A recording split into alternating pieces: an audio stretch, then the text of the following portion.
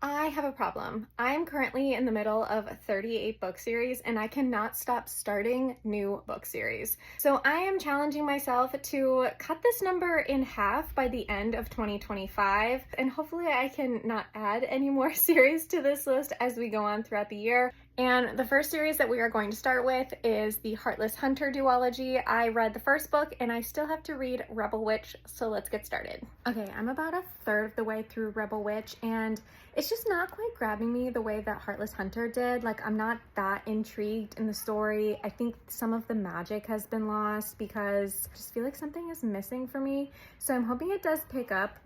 I'm going to finish it because this is just a duology and this is the second book in the duology. So I feel like it's not hard to finish, but I am like a little disappointed in how this book is going so far.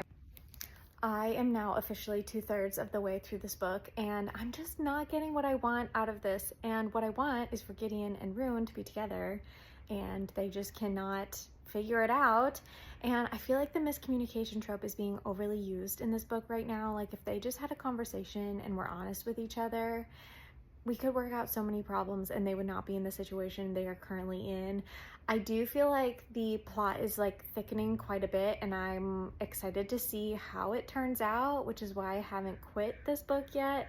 But like, there's just so much romance that I want in this book and we're just not getting it, and that's really discouraging to me. I do feel like if I had read this book right after Heartless Hunter had come out, I might enjoy it a little bit more, but I am struggling quite a bit right now. Okay, I do love this line. They're talking about love. He says, "But in truth, it's tougher than steel. Love can't be controlled. Love can't obey unjust laws. Love will always oppose tyrants."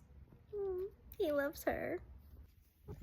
We have officially finished Rebel Witch, and I think I'm going to give this book 3 stars. The last third of this book was so much better than the beginning of this book. It had me on my toes. I do feel like there was a little bit of a twist at the end that I didn't love, but overall, like, the ending was so good for me. I also think we got so much more of Rune and Gideon, which just made this book for me, honestly. So I feel really good about 3 stars. I do feel like a little bit disappointed in the ending of this series, but overall, like, I would still recommend it, especially if you're looking for a young adult fantasy romance or like romantic fantasy duology.